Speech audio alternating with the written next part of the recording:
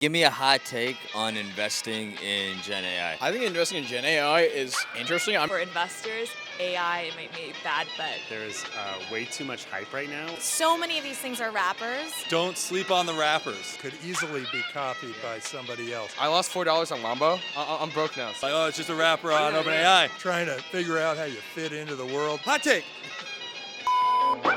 We've had a super exciting week at Founders Inc. for SF Tech Week.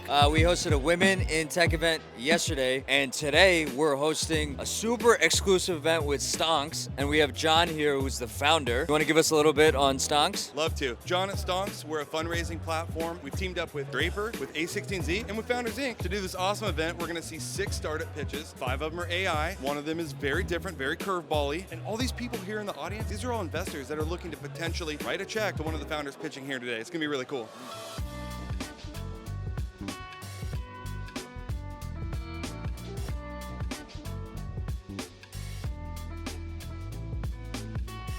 Give us your name and what you're working on. I'm Tim Draper. I'm a venture capitalist, and today I'm here at Stonks event that they did with A16Z. Very excited about what's going on, and Draper University has had a big hand bringing in a bunch of entrepreneurs here, and we're really excited about what we're seeing. Give me a hot take on the future of investing in Gen AI startups. Here's the deal. When I invest, I'm investing in something that is incredibly unique. Somebody has to come to me with something that I've never seen before and isn't easily replicable. A lot of the companies I saw today, I am afraid to say, could easily be copied by somebody else. 2 were quite unique. That got me very excited. I am always looking for that uniqueness. And if you're Gen Z, you're young, you're trying to figure out how you fit into the world. If you're going and starting a business just to start a business, don't do it. But if you're going to start a business because you can't do anything else, and it is in your heart and soul, and it's going to burst out of your chest, then do it. Because we're going into a bear market here. You got to get your money from customers. VCs are slamming up. I think there's a big opportunity for you because you're working with new technology. You can start fresh. You can build something of great value. People have to be frugal during a time like this. So it's good timing to start a business. It's not good timing to get venture capital. So you got to love what you're doing. It's got to be in your heart and soul. It's got to be the journey, as Steve Jobs used to say. Awesome.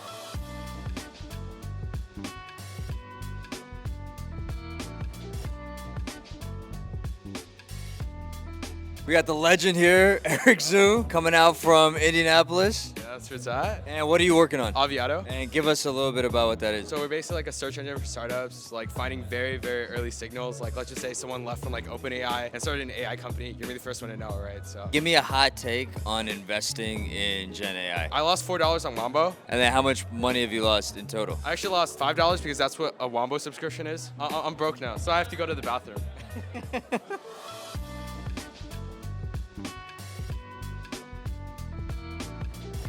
Give me your names and what you're working on. So my name is Jeffrey. I'm working on a payments infrastructure platform. And my name is Godwin, angel investor. Give me a hot take on investing in Gen AI. I think investing in Gen AI is interesting. Hot take-wise, I think the technology is there, but the infrastructure is not. I think there's so many cool startups doing so many different things with, GPU wrappers, or there needs to be someone that is doing infrastructure as well. How are we going to scale this technology past a point? There needs to be people that are innovating on it, almost akin to what happened with Bitcoin mining and people making ASICs for that. We've come so far in specialized hardware, but someone has not, really redefined the space for AI hardware and infrastructure for that in general. Counter also to his point, infra is still very new, right? And you want to develop that. And second, I'm just waiting for the hype cycle to end. And too much AI stuff. What's next year? I want to invest in stuff like after. So.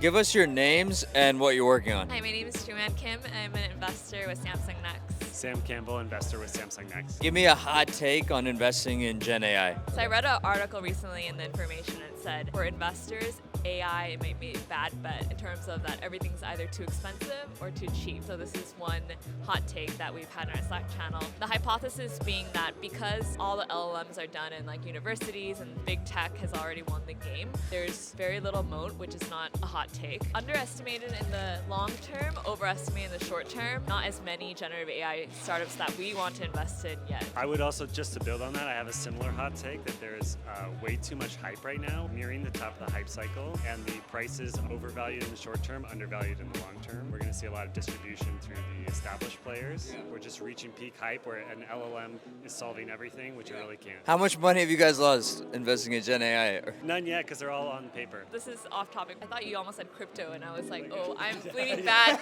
I don't know if this is really a hot take, but we see a lot of overlap between crypto and Gen AI. For authenticity, kind of have a thesis that a lot of AI will need to operate autonomously. It's going to need some internet native money to do that. And so things like Ethereum and Bitcoin are going to be the native payments of AI and agents. And so you'll just kind of fill up a wallet with $100 and let your AI go do whatever it wants with some parameters. So Intersection of AI and blockchain. Gen AI creates a plethora of content that's going to all need verifiable provenance, and so hopefully crypto will be able to help that, and both of our bags can rise.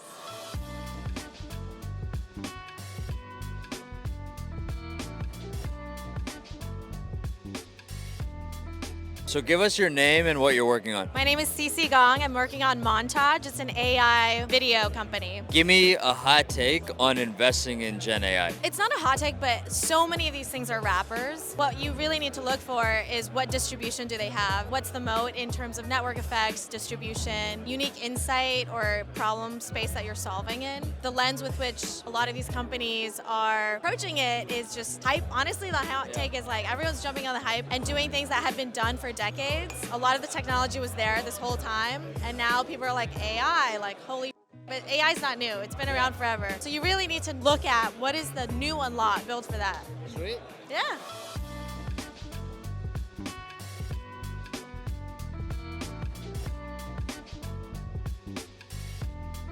Give me your hot take on investing in Gen AI. Sure, I'd like to say that it's all there is left. I don't really mean that, but hyperbolically, like it really is. It's kind of all that's left. Every startup will be a Gen AI startup in some way. Even the robotics companies.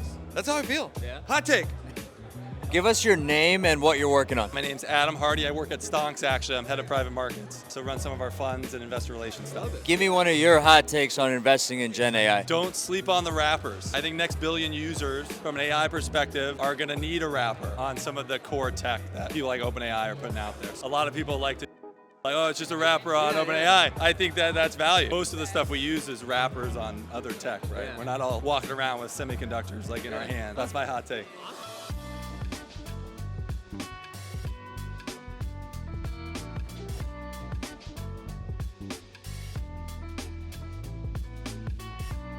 We have Jeff here, who's the CEO of Jupe. Give me a little bit of context on Jupe. Jupe is trying to solve the world's housing problems for 1.5 billion people. What we're standing in right now this morning was only about that tall. Yeah. There were 5 of them on a truck. So we're starting with these really sick kind of spaceship looking ones that we can take to Coachella, Burning Man, F1. Folks stay in one of these, we pay them off, and then we can eventually donate them like to homeless, refugees. And what motivated you to start this? You know, just looking around at the world, right? Software is eating the world in some sense, as they say, but like a lot of humanity's problems are not software problems, right? It's food, it's clothing, shelter. GPT is not going to really fix this just yet. Like it's going to be a while before we're able to leverage AI directly into putting people in beds. Now we do use some AI, or we're developing it out so that we can figure out where to put these things. This isn't going to be spit out of a large language model anytime soon. I got a good question for you because you'd have a good take on it. What's like a hot take or something people aren't thinking about when investing in Gen AI startups? I think a lot of people are thinking about it, that somebody can flip a switch and all the lights go out. And in 2 ways. In one way, on their startup. In another, right, there's a lot of AI security issues. Let me put on my tinfoil hat. One of the things we ran by that was pretty funny was, why don't we make these into Faraday cages and just go pop up Faraday cages to like save humanity from the Terminator. I'm taking the AI security seriously. And I'm a big believer in the technology, but the people that know the most about security seem to be the most scared. Maybe You're good. You don't need a bunker because you got these. No, you don't need. We'll post up. I mean, in a bunker, the electromagnetic like radiation might get in there. Here, we'll just wrap your ass up in a. You know, we can put you on a subscription right now. For the premium package, we'll go pick your ass up on a motorcycle, run you out to the desert, put you in a Jupe. So how do you think the event went? I think it went pretty well. Pretty well, yeah. There were some laughs. There were some tears. Yeah, then we got what we wanted. There's a live-in home right outside, a luxury home. That is really exciting. I want to go glamping in your parking lot, That concludes our SF Tech Week events. This was a huge success for Stonks. We had so many people here. Comment, subscribe, tell us what your favorite pitch was below. We'll catch you on the next episode.